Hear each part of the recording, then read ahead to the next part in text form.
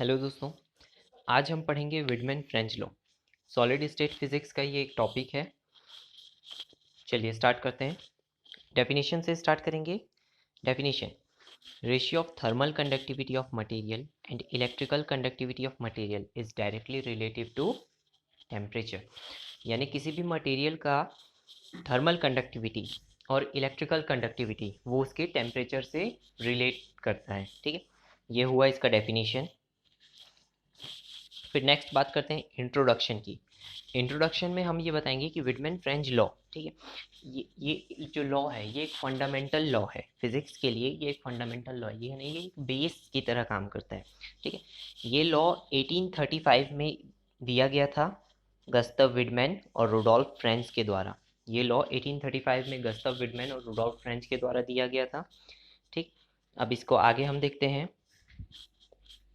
अब हम बात करते हैं इसके थ्योरी की। तो थ्योरी में हम ये देख रहे हैं कि गस्तव विडमैन डिस्कवर किए थे कि थर्मल कंडक्टिविटी, यहाँ पे जिसे हम कप्पा से शो कर रहे हैं, ठीक है, ये थर्मल कंडक्टिविटी हम कप्पा से शो कर रहे हैं। थर्मल कंडक्टिविटी जो हीट को कंडक्ट करता है, और इलेक्ट्रिकल कंडक्टिविटी जिसे हम यहाँ पे सिग्मा से शो कर रहे हैं, ये दोनों क्या है? ये थर्म इलेक्ट्रिकल कंडक्टिविटी ये रहा। ठीक, ये अप्रॉक्सीमेटली सेम वैल्यू देते हैं सेम टेम्परेचर के लिए। ठीक है, गस्तव विडमैन और रुडोल्फ फ्रेंच ने ये बोला कि जो थर्मल कंडक्टिविटी कप्पा और इलेक्ट्रिकल कंडक्टिविटी सिग्मा, इनकी जो वैल्यू होती है वो सेम वैल्यू मिलती है सेम टेम्परेचर पे डिफरेंट मटेरियल्स या डिफरेंट मेटल्स के लिए। ठीक, इस लॉ में हम ये देखें कि थर्मल कंडक्टिविटी यानी जो यहाँ पे ये क्या है, कप्पा, ठीक है, और इलेक्ट वो क्या है, डिग्री ऑफ कैपेसिटी है किसी भी मटेरियल का हीट कंडक्ट करने की डिग्री ऑफ कैपेसिटी है कि वो कितना हीट को कंडक्ट करेगा। ठीक, और इलेक्ट्रिकल कंडक्टिविटी यहाँ पे ये जो सिग्मा है, ठीक, वो क्या है, डिग्री ऑफ कैपेसिटी है कि वो इलेक्ट्रिसिटी को कितना कंडक्ट करेगा। ठीक है, तो ये बात हो गया इसके थ्योरी का। अब बात करते हैं हम इसके डेरिवेशन का। तो डेरिवेशन में चलिए देखते हैं। डेरिवेशन में बोला है कि the law states that ratio of electronic contribution of thermal conductivity यानी कप्पा एंड इलेक्ट्रिकल कंडक्टिविटी यानी सिग्मा, ठीक, ये क्या है, समहाउ रिलेट या इक्विवेलेंट टू टेम्परेचर। यानी डेरिवेशन में हम ये बोल रहा है कि जो कप्पा है यानी थर्मल कंडक्टिविटी और जो सिग्मा है इलेक्ट्रिकल कंडक्टिविटी, ये किसी न किसी तरीके से टेम्परेचर से रिलेटेड है। तो इस इक्वेशन में यहाँ पे अगर आप देखेंगे, इस इक्वेशन में आप यहाँ पे देखिए तो kappa upon sigma, thermal conductivity upon electrical conductivity is equal to L T. ठीक है, is equal to L T, यानी ये जो कप्पा है, ठीक, वो डायरेक्टली प्रोपोर्शनल टेम्परेचर के, और जो सिग्मा है इलेक्ट्रिकल कंडक्टिविटी वो क्या है, इन्वर्सली प्रोपोर्शनल है टेम्परेचर के। ठीक, चलिए अब आगे देखते हैं। तो देखिए जो L था वो क्या है, प्रोपोर्शनैलिटी कांस्टेंट है। L जो है यहाँ पे ये क्या है, प्रोपोर्शनैलिटी कांस्टेंट है, जिसे हम लॉरेंज नंबर के नाम से भी जानते हैं, जिसे हम लॉरेंज नंबर के नाम से भी जानते हैं। ठीक है, L क्या है, प्रोपोर्शनैलिटी कांस्टेंट जो लॉरेंज नंबर के नाम से भी जाना जाता है। ठीक, ये डायग्राम है, एक छोटा सा डायग्राम है ये इसके लिए। चलिए फिर आगे देखते हैं। तो L की जो वैल्यू होती है यानी लॉरेंज नंबर की जो वैल्यू होती है वो ऐसे निकाला जा सकता है, L is equal to kappa upon sigma T. L is equal to kappa upon sigma T.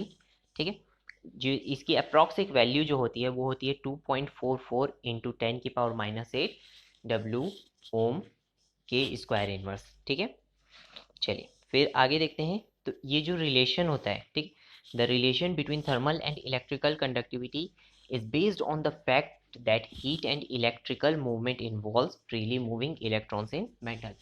ये जो थ्योरी का ये जो बेस है, विडमैन फ्रेंच ने ये कहा कि जो ये बेस है इस थ्योरी का वो इस बात पे डिपेंड करता है कि फ्री इलेक्ट्रॉन के मूवमेंट पे वो डिपेंड करता है। थर्मल कंडक्टिविटी और इलेक्ट्रिकल कंडक्टिविटी जो है वो फ्री इलेक्ट्रॉन के मूवमेंट पे डिपेंड करते हैं। ठीक है, तो विडमैन फ्रेंच लॉ ये इस जो मैंने अभी कहा कि ये फ्री इलेक्ट्रॉन्स के मूवमेंट पे डिपेंड करते हैं, इसी फैक्ट पे बेस्ड है। ठीक है, ये एक जो ये लॉ है, ठीक है, ये भी शो करता है कि जब इंक्रीज होता है किसमें, पार्टिकल वेलोसिटी में, तो इलेक्ट्रिकल कंडक्टिविटी क्या होता है, डिक्रीज होता है। पार्टिकल वेलोसिटी इंक्रीज हुई तो इलेक्ट्रिकल कंडक्टिविटी क्या हुआ, डिक्रीज हो गया। इलेक्ट्रिकल कंडक्टिविटी क्या हुआ, डिक्रीज हुआ। और थर्मल कंडक्टिविटी क्या हो गया, इंक्रीज हो गया।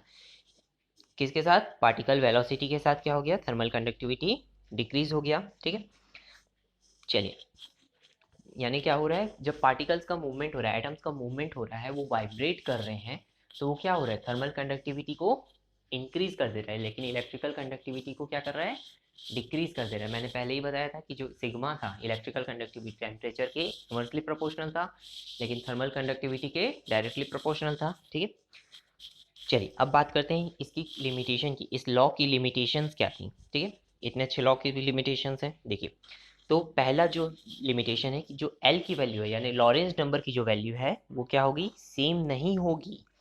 हर मटेरियल्स के लिए, हर मेटल्स के लिए एल की जो वैल्यू होगी वो क्या होगी, सेम नहीं होगी। ठीक, फर्स्ट लिमिटेशन। सेकंड लिमिटेशन में क्या बोल रहा है, ये लॉ इंटरमीडिएट टेम्परेचर को भी बताने में फेल हो गया। ये लॉ इंटरमीडिएट टेम्परेचर को भी बताने में फेल हो गया।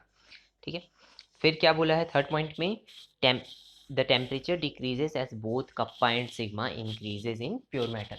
अगर कप्पा और सिग्मा दोनों इंक्रीज हो रहे हैं, प्योर मेटल के केस में अगर कप्पा और सिग्मा दोनों इंक्रीज हो रहे हैं तो क्या होगा, टेम्परेचर क्या होगा, डिक्रीज होगा। ठीक, तो ये टॉपिक यहाँ पे कंप्लीट होता है।